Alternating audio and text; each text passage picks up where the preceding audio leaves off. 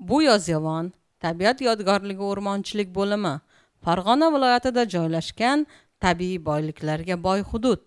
Bu yerda yuzlab o'simlik va hayvonot turlari saqlanadi.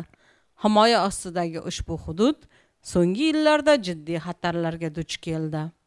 Noqonuniy ov va daraxt kesish holatlari barcha qo'riqxonalarning ekotizimiga zarar yetkazgani kabi, bu yerda ham bir nechta noqonuniy ishlar bo'lib o'tdi. Yozyovon tabiat yodgorligi hududida Farg'ona viloyati iqlimiga hamda tabiatiga ta'siri bu joyda asosiy yerda barxanliklardan iborat bo'lib, bu joydagi o'sha 124 turdagi buta va butasimon daraxtlar o'sha saqlanib qolishligi, bu joydagi qumlarning, barxanlarning uchib ketishiga hamda yemirilishiga oldini olish maqsadida yordam beradi. Bu joyda saqlanishi, doimiy qo'riqlanishi o'sha tabiatga hamda bundan tashqari o'sha shamol natijasida o'sha aholi yashash punktlariga qumlarni uchib ketishini oldini olib saqlanib turiladi. Bu joy o'sha Farg'ona viloyati hokimining 94-yil 23-iyuldagi 164-sonli qaroriga asosan o'sha Yozyovon tabiat yodgorligi maqomi berib, viloyat hokimining qarori qabul qilingan. Shunga asosan shu 94-yildan buyoniga bu joydagi o'sha o'simlik va hayvonot dunyosi doimiy saqlab qolish maqsadida qo'riqlanib kelinadi. Bu joyda shu ta'siri bu o'sha abadiy qumliklar qaysi holatda bo'lsa, shu holatda kelajak avlod uchun saqlab qolish maqsadida shu yodgorlik maqomi berilgan. Bu yerda 1640 gektar tabiiy yodgorliklar bor. Bu yerda tabiiy ko'llar mavjud. 4-5tadan katta kichik holatlarda. Tabiiy sun'iy ko'llar emas, tabiiy ko'llarga kiradi bular hammasi. Tabiiy ko'llarda har xil turdagi baliqlar mavjud.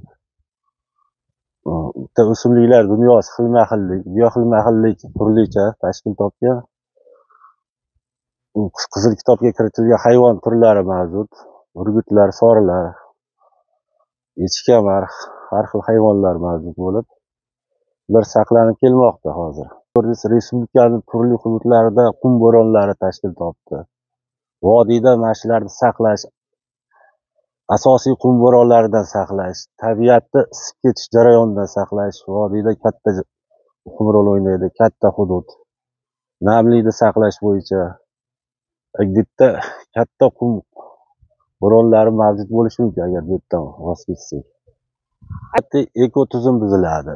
Tabiatda qum bo'ronlari tashkil topadi. Bu yerda foydalanish mumkin. Tabiatga taymasdan, tabiatga mushit qilmasdan qanday yaratilgan bo'lsa, shunday ehtiyot qilib buni foydalanish mumkin. Mumkin emas. Tabiiy shunday sof holda saqlash kerak kelajakda buni. Adhamjon G'aniyevning aytishicha, bu hududda u ishga kelguniga qadar daraxtlarni yoqib yuborish, sun'iy baliq ko'llar barpo etish, ruxsatsiz chola ekish kabi noqonuniy ishlar bo'lgan ekan. Men noyabr oyida ishga kelganman. Ungacha bo'lgan nimalar bo'lgan ekan, shu jarayonlar sudlashib, u sud o'z hukmini berdi. Ular o'zi javobini berishdi davlat tomonidan. Hammasi shu noyabr oyida shu holat bo'ldi. Markaziy Farg'ona yildan yilga maydoni qisqarib borayotgan qumli cho'llarni ilmiy, madaniy, ma'rifiy, estetik va turistik maqsadlarda, tabiiy holda, shuningdek noyob va kamayib borayotgan o'simlik va hayvonot dunyosi vakillarini saqlab qolish uchun mo'ljallangan geomorfologik yodgorlik hisoblanadi. Shuning uchun bu joyni saqlab qolish uchun o'rmon xo'jaligi xodimlari Farg'ona viloyati ekologiya boshqarmasi bilan hamkorlikda ish olib borishadi. Ekologiya bu bilan shug'ullanadi. Ekologiya o'zining nimasini qo'ygan xodimlari doimiy nazoratda turadi. Ekologiya har kuni kunora shitda atrofda doimiy aloqada turamiz ekologiya bilan. Bu hududni tabiiy holida saqlab qolish uchun qanday ishlar amalga oshirilyapti? Urug'lar sepiladi. Yangi masalan, Sakrovulda o'zini urug'i bu yerda o'ziga sepsiz ko'paymaydi. Boshqa viloyatlardan olib kelib sepildi boshqa shunaqa masalan yo'q joylarga sepilgan boshqa shular qisman 20%, 30% o'sib qo'shiladida baribir. Tabiat yodgorligi bo'limi xalqaro tadqiqotchilar tomonidan ham o'rganilgan. Bu yerda Qizil kitobga kiritilgan bir nechta o'simlik, hayvonlar va qushlar borligi aniqlangan.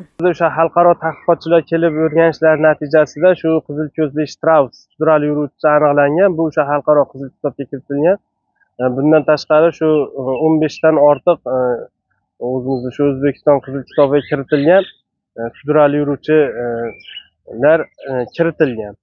Bu joyda o'sha aytib o'tadigan bo'lsak 24 turdan ortiq buta va butasimonlar bor. 188 turdan ortiq o'simlik dunyosi bor. Buning ichida o'sha 188 turning ichida har yili o'suvchi o'tlar, shunga o'xshash buta va bir yillik nimalar bor, o'tlar bor.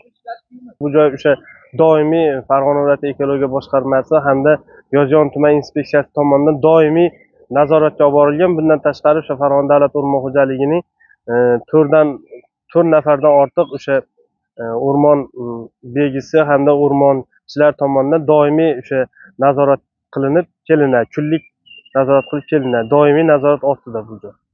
Hududda noqonuniy ishlar kuzatilganda qanday yo'l tutiladi? Bu joyda daraxt kesish, butalarga shikast yetkazish, o'sha yodgorlik hududidan oqib o'tgan ichki kollektorlarda shu baliq ovlash, bunday holatlar aniqlanishi bilan o'sha tegishli tartibda ma'muriy chora ko'riladi. Daraxt kesish yoki bo'lmasa butalarga ziyon yetkazilsa, o'sha zarari boshqasi o'sha o'rnida undiriladi hamda ma'muriy huquqbuzarlik to'g'risida bayonnomalar rasmiylashtiriladi. So'nggi yillarda qo'riqxonada bir qator ijobiy o'zgarishlar ham kuzatilmoqda. Joriy etilgan reydlar, nazorat va monitoring tizimlari, hayvonlar populyatsiyasining o'sishi shular jumlasidandir. Tabiati boy, lekin himoyasiz hududni asrash barchamizning burchimiz.